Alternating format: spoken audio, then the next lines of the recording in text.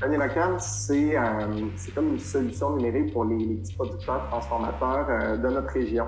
Bien, on vous annonce que vous allez gagner un véhicule. Oh mon Dieu, c'est tellement intense! C'est vraiment hot! Wow! Oh mon Dieu!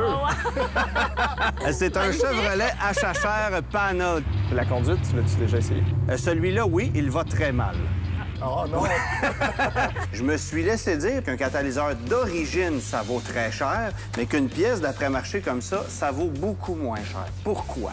Selon moi, il y a peu ou presque pas de platine et de rhodium dans celui-là. On est certainement loin de pouvoir livrer le HHR au gagnant, mais la mécanique est complétée, alors on s'en va à la carrosserie.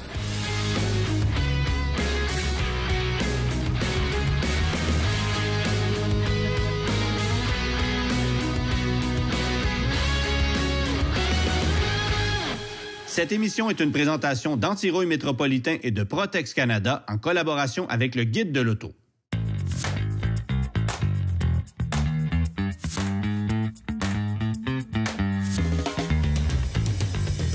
Marc, vous êtes en plein travail sur le HHR. Il y en a du boulot. C'est pas un véhicule commun sur lequel vous travaillez souvent. Qu'est-ce qu'il y a à faire comme tel? On a les deux pare-chocs, le haillon, le capot, les deux ailes, les coins d'ailes arrière. Bref, il y a à peu près juste les 4 portes puis le plancher que tu toucheras pas. Oui, c'est ça. Le toit. Le toit, on touche pas. Là, évidemment, les deux pare-chocs sont à remplacer / réparer. Oui, c'est ça. C'est en piteux état. Comment vous vous en êtes sortis? Parce que nous, on a été capable de trouver des pare-chocs usagés, mais il n'y en avait aucun qui était intact. On a réparé les pare-chocs qui étaient cassés, qui étaient fissurés. On va refaire des petites réparations avec la colle aussi à l'intérieur. Avec les pare-chocs usagés qu'on avait de plus, bien, on a pris tout ce qui nous manquait, dans le fond, sur les autres pare-chocs. En bon français, on dit faire du nœud avec du vieux. Ouais. C'est à peu près ça. C'est ça. Puis le capot, c'était particulier parce qu'il y avait beaucoup de rouille à l'avant. Quand on regardait en dessous, il était vraiment endommagé, mais ça. pas perforé comme tel. Non, non, c'est ça. Dans le devant, c'était vraiment des dommages qui étaient causés par des éclats de roche, des stone chips qu'on appelle. Et quand on a ouvert le capot, à l'intérieur, on a vraiment vu là, une bonne bande de rouille au niveau du joint de scellant, là, du joint des deux tôles, là, qu'on va juste mettre propre, là, vraiment, là, enlever la rouille de surface, faire une finition, faire un joint d'étanchéité. On le sait, pour prévenir la corrosion, un traitement anti-rouille, ça va de soi, c'est évident. Par contre, il ne faut pas non plus négliger de nettoyer son véhicule sur une base régulière. Parce que si vous ne lavez pas votre véhicule, bien ça aussi, ça peut permettre à la corrosion d'apparaître prématurément. Et le Chevrolet HHR qu'on a ici, c'est un super exemple de tout ça. On l'a remarqué en démontant le véhicule à l'intérieur des ailes, à l'intérieur du capot. Il y avait beaucoup de calcium, de terre d'accumuler, tout ce qu'il faut pour que la corrosion apparaisse prématurément. Et ça, c'est uniquement dû au fait que le véhicule a à peu près jamais été nettoyé. Donc là, on a recours à des travaux de carrosserie qui sont coûteux parce que quelqu'un a omis de nettoyer ce véhicule-là, encore une fois, sur une base régulière. Il ne faut donc pas négliger les lavages, pas seulement sur le dessus, mais également à l'intérieur des ailes. Un lavage de sous-bassement, ça va permettre de prolonger la vie d'un véhicule, ça c'est certain. La rouille, c'est l'ennemi numéro 1 des carrossiers. On sait quand ça commence, mais on ne sait jamais quand ça finit. On enlève une moulure, on retrouve de la rouille. On enlève, on regarde en dessous du véhicule, on a encore de la rouille. C'est dur de garantir un travail de rouille, donc c'est pour ça que les carrossiers veulent de moins en moins en faire. Il y en a qui vont faire des restaurations, ils vont prendre le temps de faire ces réparations-là, mais il faut trouver le bon carrossier pour effectuer ce travail-là. Ce qui cause la corrosion sur notre véhicule, c'est simple. Les égratignures, les vis de conception, l'absence de nettoyage, donc toujours laver son véhicule, c'est important. Les conditions climatiques, incluant le calcium. Donc, en terminant, si on veut éviter tout ça, bien, il y a une solution, le traitement anti-rouille annuel.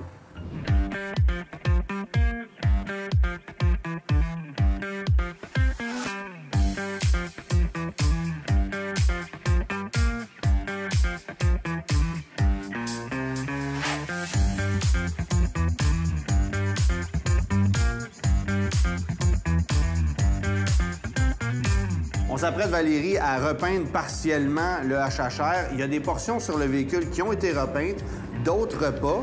Là, la question que j'ai pour toi, on sait que quand on vient pour vendre son véhicule à un concessionnaire, soit pour en acheter un autre ou pour s'en défaire simplement, lui va évaluer le véhicule et va regarder à la loupe pour savoir s'il a été repeint en partie ou complètement dans le but de le dévaluer. Alors, comment est-ce qu'on fait pour savoir si un véhicule a été repeint ou pas? Bien, en fait, quand on ramène le véhicule chez le concessionnaire, généralement, ça ne devrait pas paraître si a été repeint, si a été bien fait. Donc, on utilise des matériaux de qualité, si les techniques qui ont été utilisées ont été bien faites aussi. Où est-ce qu'on peut voir quand ça a été repeint? C'est s'il y a des défauts dans la peinture. Donc là, celui-là, on peut voir qu'il y a des grains de poussière. Il a été surchargé, donc la peinture, elle a calé. Ça fait un effet bleu d'orange qui n'est pas original. Okay. Donc, c'est sûr, ça peut laisser sous-entendre qu'il a été repeint. Est-ce qu'un marchand a raison de payer moins cher un véhicule qui a été repeint qu'un véhicule qui a sa peinture d'origine? C'est pas nécessairement la peinture que la réparation.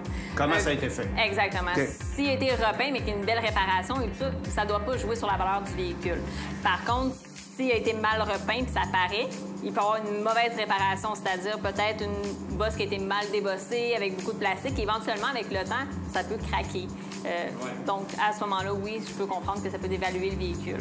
Là, est-ce qu'il y a un défi particulier de repeindre ce véhicule-là partiellement, sachant qu'il y a des parties avec une peinture d'origine, d'autres pas? Pas vraiment, parce qu'au niveau de la couleur, même si ça a été repeint, la couleur est bonne. Si ça avait été repeint avec des couleurs qui étaient un petit peu... avec des variantes, là, si la couleur n'avait pas été bonne, ça aurait été plus difficile de matcher, en fait, là, le capot avec le toit et tout ça. Mais les couleurs, là, c'est pas ça le problème. C'est vraiment le fini de la peinture.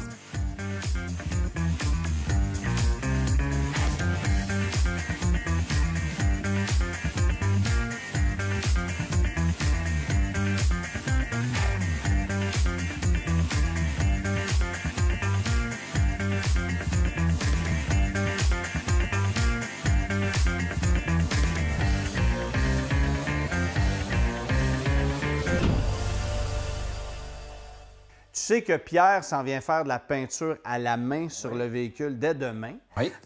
Évidemment, il faut que tu prépares la surface en conséquence. Qu'est-ce qu'il faut que tu fasses? Bien, c'est certain qu'un blanc comme ça, avec le temps, ça s'oxyde, ça noircit, ça se contamine.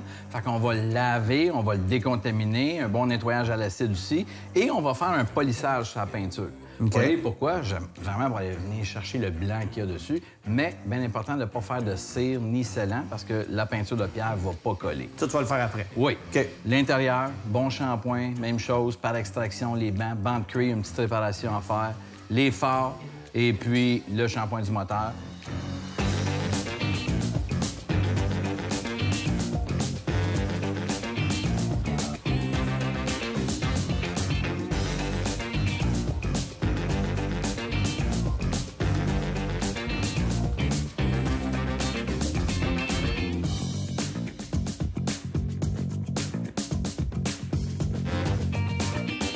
Des fois, on remplace un pare-brise par caprice. Dans ce cas-ci, c'est pas ça. Il est fini, il faut le remplacer. Et ce qui est important de savoir, c'est qu'un pare-brise, c'est aussi un élément de sécurité. Absolument. Sur un véhicule, il y a 4 éléments qu'il faut tenir compte que le pare-brise va jouer dans la protection passive. C'est-à-dire qu'en cas d'impact frontal, qui est là pour faire partie de la solidité qui est prévue. Là, rigidité structurelle. Ah, voilà. Il est là aussi pour le coussin gonflable côté passager. Lorsqu'il se déploie, va frapper dans la vitre pour après ça aller se déployer pour protéger le passager. Ouais. Donc, le faire sur un pare-brise qui est sain, c'est encore mieux.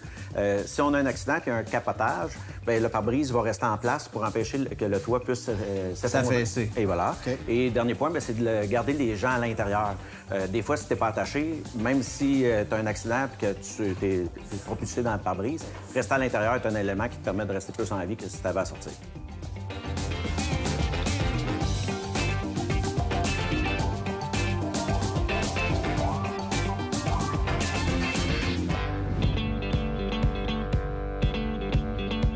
Salut, Paul! Hey, salut! Devine, qu'est-ce que je m'en viens faire? Pas encore la chachère. Oui, monsieur. Pas possible.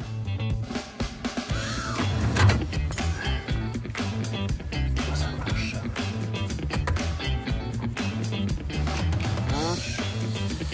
On avait juste besoin des petites niaiseries, mais des niaiseries nécessaires parce qu'il y a beaucoup de détails à corriger dans notre HHR. Il manque un bouton de radio. Ah oui, puis on va prendre le mécanisme, le coffre à gants. Ça va être parfait, ça.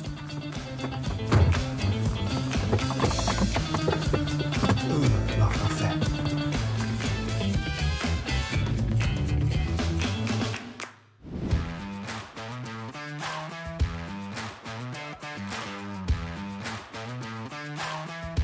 Pierre, je voudrais pas que tu interprètes mal ce que je vais te dire, mais je pense que je suis en amour avec toi.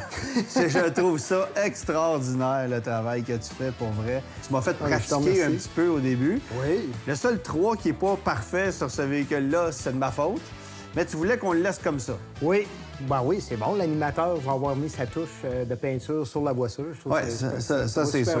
Parle-moi de comment ça a commencé, comment tu as développé ça. C'est qui ton marché? J'ai développé ça fait longtemps. Depuis que j'ai 10-12 ans que je sais que je veux devenir un lettreur. Je voyais les voitures dans ce temps-là quand j'étais jeune, puis c'était tout lettré à la main dans ce temps-là. Puis ça attirait mon attention déjà, ça me fatiguait. Je revenais chez nous, puis je peinturais mes tacos de la même manière que les voitures que je voyais. Puis je me suis parti à mon compte à 18 ans, en lettrage. Parce que moi aussi, j'ai peinturé mes Hot Wheels quand j'étais petit, mais ça avait pas de l'air de ça, là. Ben c'est ça. Ben c'est ce que je dis à tout le monde, c'est de la passion. Hein. Tu sais, les gens, ils pensent que c'est du talent. Non, il y a beaucoup de passion là-dedans. Il y a de la passion, puis il y a de la pratique. Puis, tu sais, j'ai jamais lâché, puis ça fait longtemps que je fais ça. Puis, écoute, ça fait 33 ans que je suis dans le métier, puis j'ai l'impression que je pratique encore tous les jours. Hein. Le type de peinture que tu utilises, est-ce que c'est résistant? Est-ce qu'il y a un entretien spécifique à faire là-dessus? Non, c'est sûr que mieux que le véhicule va être entretenu, plus longtemps ça va durer. Mais la durabilité est pratiquement la même que le vinyle. Est-ce que tu as de la demande uniquement pour des véhicules qui sont un peu hors du commun ou antiques? Ou est-ce qu'il y a aussi des gens qui t'appellent pour faire des bandes décoratives ou un design XY sur un véhicule neuf? C'est rare. Maintenant, c'est rare. J'en ai quelques-uns par année, mais c'est loin d'être le gros de ma job. Le gros de ma job, c'est vraiment des véhicules uniques. Depuis quelques années, depuis 3-4 ans, il y a beaucoup de camions de transport, des Peterbilt, des Kenworth. Ils veulent ça le lettrage à la main. Les jeunes qui achètent ça dans 20 ans, ils veulent ça old school. Ils n'ont jamais vu du lettrage à la main, mais ils veulent ça old school. Ils ont vu ça dans des photos où le grand-père dans le conduisant qui avait du lettrage à la main, puis ils font appel à mes services pour avoir ça à la main. Est-ce qu'il y a une grosse différence de prix entre un travail fait comme ça sur un véhicule et si on faisait faire l'équivalent en autocollant, par exemple? Écoutez, il y a diverses catégories de prix dans l'autocollant. Hein? Si on veut ça juste en noir et blanc, c'est vraiment cheap et pas cher. Mais si on parle d'un wrapping, moi, mes prix se comparent peut-être à un wrapping de véhicule. OK. Une voiture comme ça, on parle de peut-être de 1300-1400$, le lettrage. Ce qui est très raisonnable, là, compte tenu du temps que tu passes dessus puis du niveau de talent que tu as aussi, là. Le look que ça donne aussi. Ben oui, c'est ça. Je sais pas quoi te dire de plus que bravo, je suis encore impressionné, pour vrai, vraiment. Merci, puis j'ai vu tes coups de pinceau tantôt. Si j'ai besoin d'un coup de main à un moment donné, je vais peut-être lâcher un coup de fil. Peut-être que je répondrai pas.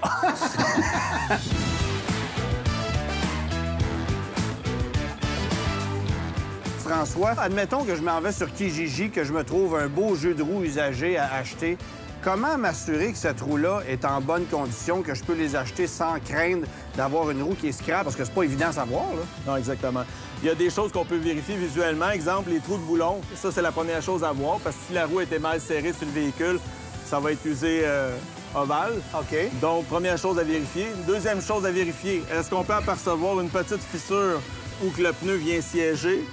Si c'est pas le cas, est-ce qu'on a une partie où est-ce que le matériel a été endommagé par un nid de poule? Ouais. Si c'est le cas, bien, peut-être déjà voir combien va coûter la réparation plus l'achat de la roue. Ou d'autres fois, c'est de la faire tourner à terre, là, puis de regarder un peu comment elle tourne. Par contre, si la roue est croche comme un neuf, tranquillement, ça sera pas très visuel, même si on la tourne à terre sur le plancher. OK. Alors, c'est à ce moment-là que peut-être aller chez un spécialiste de la roue ou du moins votre garage le plus proche, lui demander de vérifier sur une machine à balancer pour voir la concentricité de la roue pour s'assurer que c'est réparable. Comme dans le cas de cette roue-là, bien, elle a eu un impact tellement fort que toutes les branches ont croché à ce moment-là. Mais esthétiquement, ça paraît pas tant que ça. Esthétiquement, ça paraît pas du tout. Donc, tout le cœur ici a tordu. Il n'y a rien à faire. On peut essayer, mais normalement, là, c'est voué à l'échec. Si tu achètes une autre roue, tu la remplaces, ça finit là. Exactement.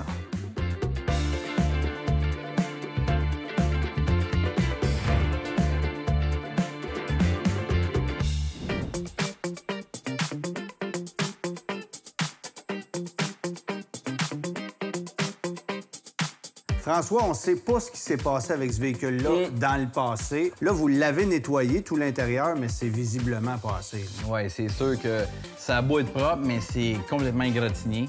Spécialement un véhicule de livraison, ça se magane. Mais on a un petit secret de métier. Ce qu'on fait, c'est qu'on le sable et on a un produit en canette qui reproduit la texture. Parce que tu as remarqué, il y a une petite texture là-dessus. Oh, oui. Fait qu'est-ce qu'on va faire? On va vaporiser ça. C'est un trim black et puis ça revient là, presque comme neuf. Parce que la chance qu'on a aussi, c'est que c'est abîmé, c'est graffiné, mais il n'y a rien de cassé. Non, il n'y a rien de brisé. Même les panneaux intérieurs, si tu as vu là, ici, là, c'est vraiment... C'est tout blanchi. Fait qu'en remettant la texture, là, ça y redonne vraiment une seconde vie.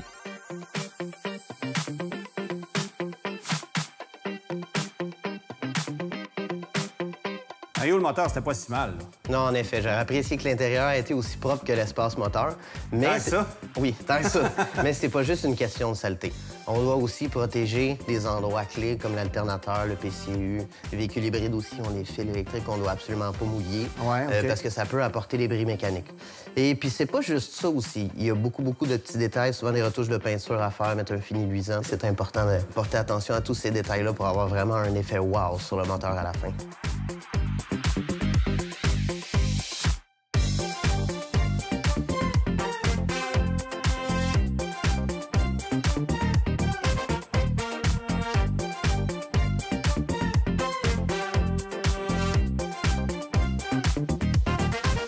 Patrick, tu me disais que c'est un défi de mettre une pellicule sur ce capot-là. Pourquoi? Vu qu'il est rond vraiment sur tous les sens, il faut vraiment s'assurer d'avoir un morceau qui va être plus grand. C'est comme quand tu essaies d'emballer à Noël un ballon de basketball avec ton papier d'emballage. Il faut être un petit peu plus créatif. Notre matériel permet vraiment de se faire étirer jusqu'à des certaines limites. Il faut vraiment prendre un très gros morceau pour être capable de faire une petite pièce comme ça sans faire de petites parties surélevées. OK. Puis là, vous recouvrez aussi les phares. Oui. Ça va les protéger longtemps, j'imagine. Exactement. On se aperçoit souvent avec un véhicule que nos phares deviennent jaunis, qui éclairent moins qu'avant. C'est parce que les phares se ramassent excessivement piqués. Le pare-pierre va vraiment venir empêcher l'usure du phare, donc garder vraiment une luminosité maximale.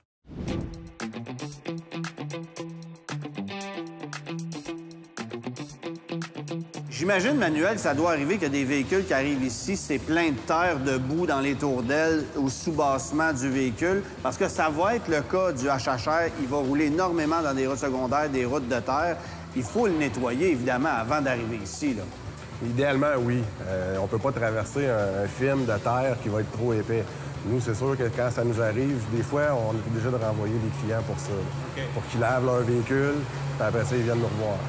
De toute façon, c'est recommandé de nettoyer de façon sporadique le sous-bassement de son véhicule, justement pour éliminer l'humidité et les risques de corrosion prématurée. Là. Exact. Parce que la terre s'accumule, puis elle va conserver l'humidité plus longtemps que s'il n'y a pas de terre, c'est à l'air libre.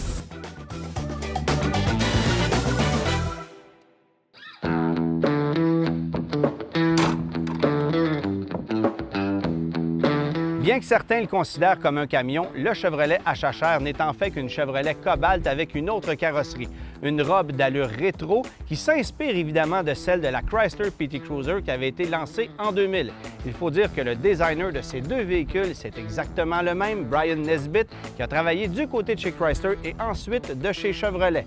On avait lancé à l'époque un concept du côté de Chrysler qu'on appelait Panel Cruiser, qui n'a jamais été commercialisé. Et l'ironie, c'est que Chevrolet a ensuite osé le coup en commercialisant le HHR Panel qu'on vous présente cette semaine. Ce dernier a été offert en plusieurs versions, même en version SS à moteur 2 litres turbo compressé de 260 chevaux, un moteur qu'on retrouvait également sous le capot de certains modèles Saab. Quant à notre véhicule, c'est une version de base qui a énormément besoin d'amour.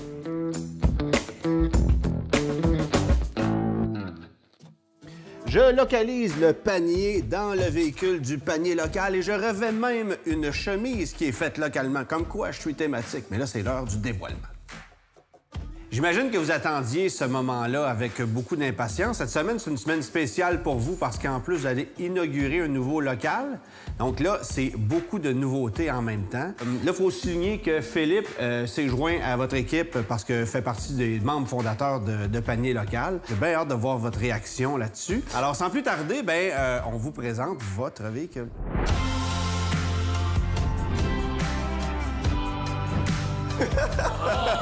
Oh mon Dieu! Hey, c'est vraiment surprenant, il est comme super vintage. Ben, c'est le look qu'on a vraiment voulu y donner parce que, à la base, un Chevrolet à chachère, c'est un hommage au passé que Chevrolet avait voulu faire à l'époque avec ça.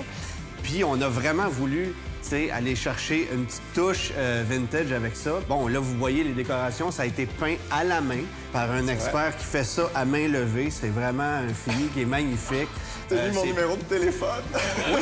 Les gens vont m'appeler! Ça se peut aussi que tu remarques qu'il y a un chiffre qui est moins beau que les autres. Je tiens à dire que c'est de ma faute. Parce que Pierre Tardy, qui a fait le travail, a insisté pour me faire peindre un chiffre. C'est parce que t'es pas du bon côté. OK.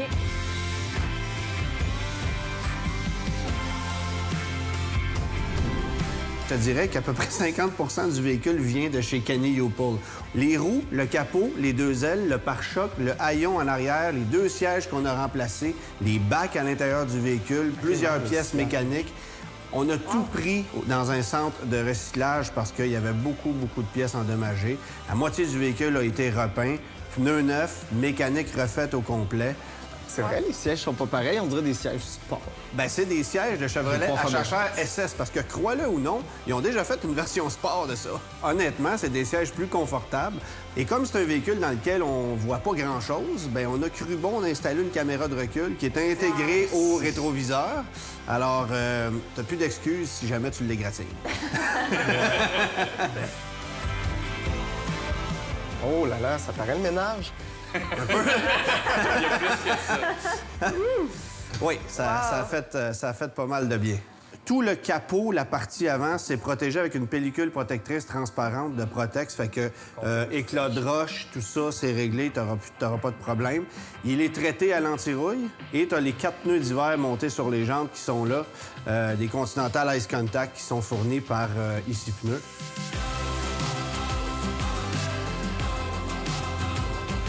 Je suis extrêmement surpris, mais tu viens chercher le gars qui a une histoire en moi. Une espèce de modèle qui rappelait des voitures genre des années 50-40.